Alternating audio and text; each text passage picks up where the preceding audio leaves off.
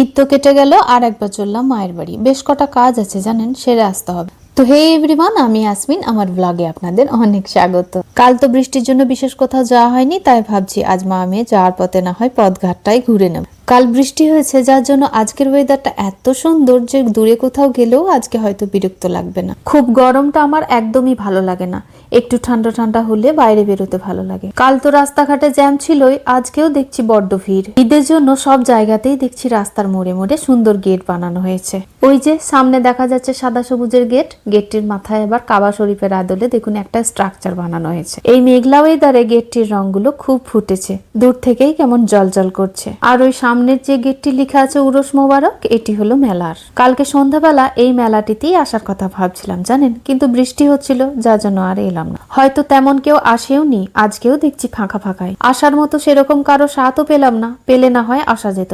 আসা যাওয়ার পথে প্রায় দেখি সামনের এই দোকানটিতে জুতো সেল দিচ্ছে, যেন মনে হয় জুতোর মেলা বসেছে। কোনোদিন দাঁড়ানো হয়নি, আজ হাতে সময় ছিল, ভাবলাম দাঁড়াবো, কিন্তু আজ আবার দেখছি দোকানটাই বন্ধ।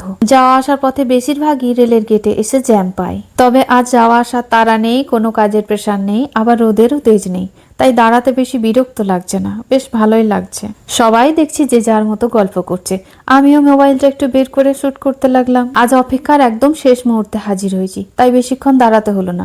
কিছুক্ষণ দাঁড়িয়েই দেখলাম ট্রেন ঢুকে গেল। এত গাড়ি ঘোড়া জমা হয়েছে দেখে মনে হচ্ছে অনেকক্ষণ থেকেই গেটটা বন্ধ আছে। ট্রেন তো গেল, সবার রেডি হওয়া দেখেই বুঝতে পারছি যে এবার গেট খুলবে। যাই তাহলে, আজকের ব্লগটি এখানেই, দেখা হচ্ছে পরের ব্লগে। ভালো থাকবেন। আর আমার এই বকবকানি, আমার ব্লগ আপনাদের কেমন লাগে কমেন্টে জানাতে ভুলবেন না।